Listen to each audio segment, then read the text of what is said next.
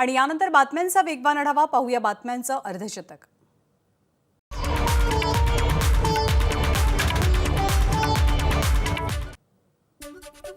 महापालिका निवडणुकांसाठी आरक्षणाची सोडत पुन्हा निघणार। राज्य निवडणूक आयोगाकडून सुधारित आदेश जाहीर।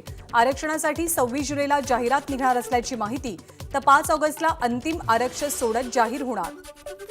खरी शिवसेना कुणाची असा निर्णय निवडणूक आयोगाच्या दारात। शिवसेनेच्या दोनही गटांना कागदोपत्री पुरावे सादर करण्याचे आदेश। 8 ऑगस्टला दुपारी 1 वाजेपर्यंत म्हणणं मांडण्याची मुदत। फोन टॅपिंग प्रकरणी आणि गिरीश महाजनांविरोधातील खंडणी गुन्हा प्रकरणी तपास सीबीआयकडे जाण्याची शक्यता। शिंदे फडणवीस सरकारकडून तपास सीबीआयकडे सोपवण्यासाठी हालचाली।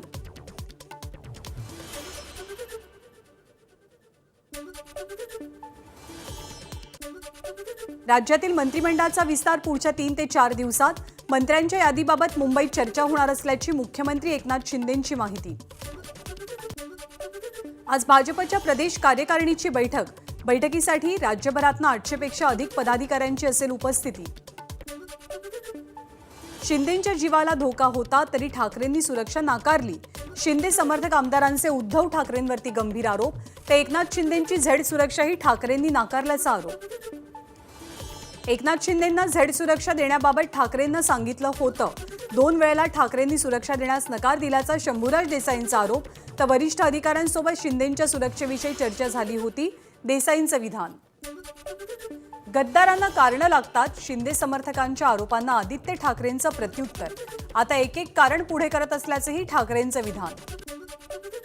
आदित्य ठाकरेंची शिवसंवाद यात्रा आज औरंगाबादमध्ये आणि नगरमध्ये।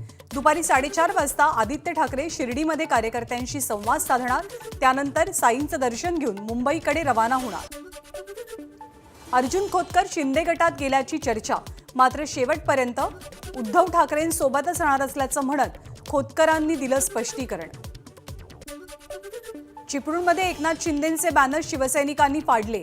शहरामध्ये काहीसं तणावाचं वातावरण। नॅशनल हेराल्ड प्रकरणाच्या चौकशीसाठी सोनिया गांधींना ईडीकडून नवं समन्स। 25 जुलैच्या ऐवजी 26 जुलैला हजर राहण्याचे आदेश। पत्राचाळ प्रकरणी स्वप्ना पाटकर यांची काल 4 तास ईडी चौकशी।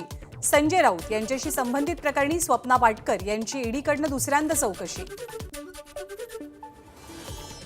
आज मावळत्या राष्ट्रपतींचा निरोप समारंभ। संसद भवनाच्या सेंट्रल हॉलमध्ये संध्याकाळी 5 वाजता विशेष कार्यक्रमाचं आयोजन।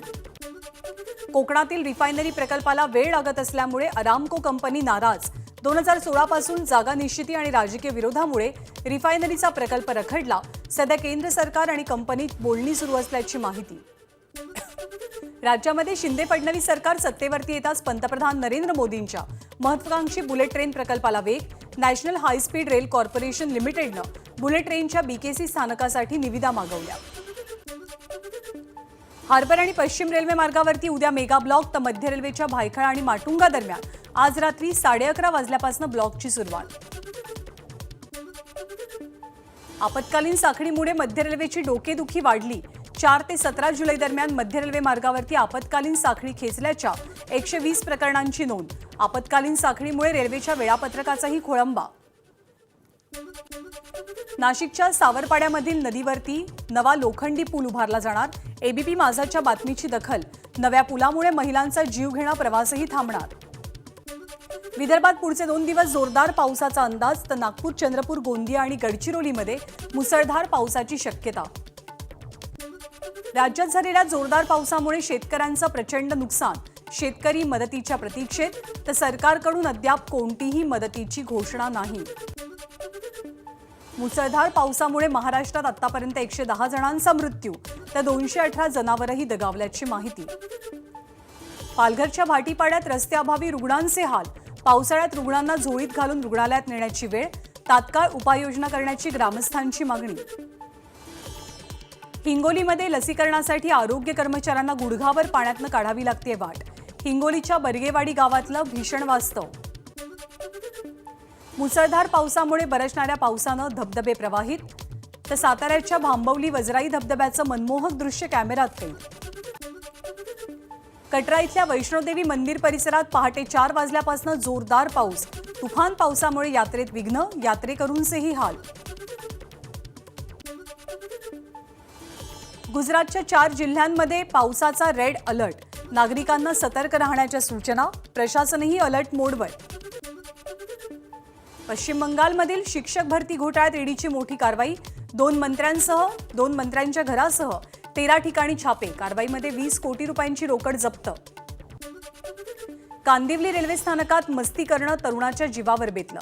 मित्रांनी धक्का दिल्यामुळे तरुणाचा तोल गेला. लोकलच्या धडकेत तरुणाचा मृत्यू. अमरावतीतील विद्याभारती संस्थेच्या आदिवासी वसतिगृहात 13 वर्षीय विद्यार्थ्याचा संशयास्पद मृत्यू. मृत्यूचं कारण अस्पष्ट. पोलिसांकडून तपास सुरू.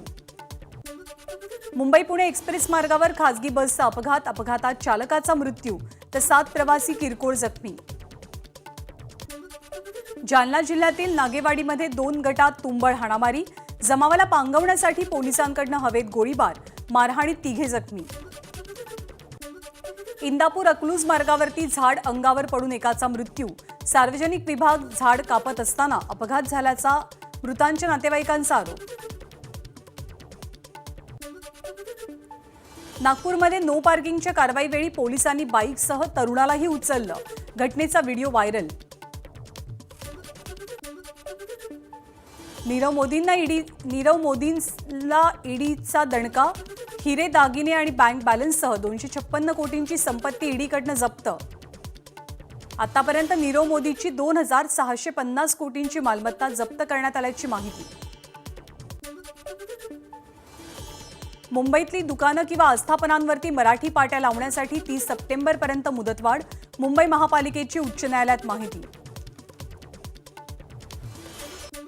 सेंट्रल विस्टा इथे लागलेल्या राष्ट्रचिन्हाचं प्रकरण सर्वोच्च न्यायालयात याचिका दाखल. सरकारला चिन्ह दुरुस्त करण्याचे आदेश द्या. याचिकाकर्त्यांची मागणी.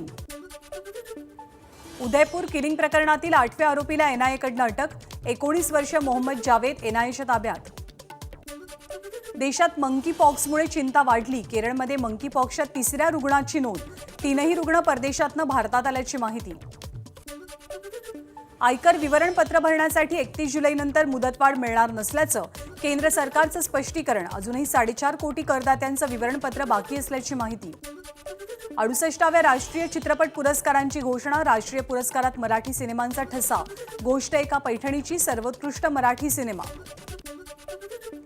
गोदाकाठ आणि अवांछितसाठी किशोर कदम यांना सुद्धा विशेष राष्ट्रीय पुरस्कार जाहीर.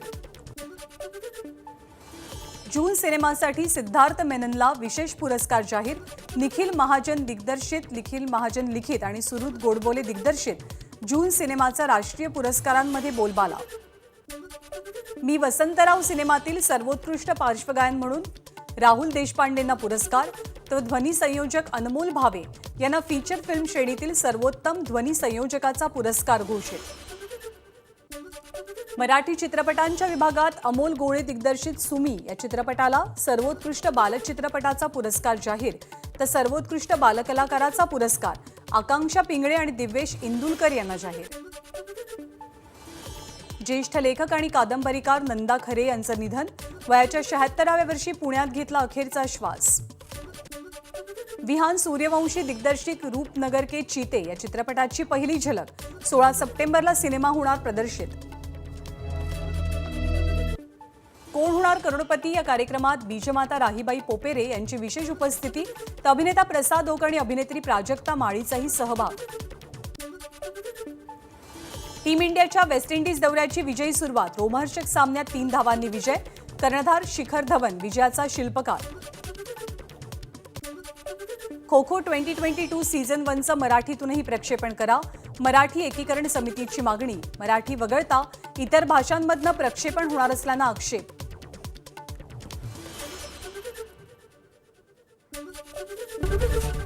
एबीपी माझा, उघडा डोळे बघा नीट.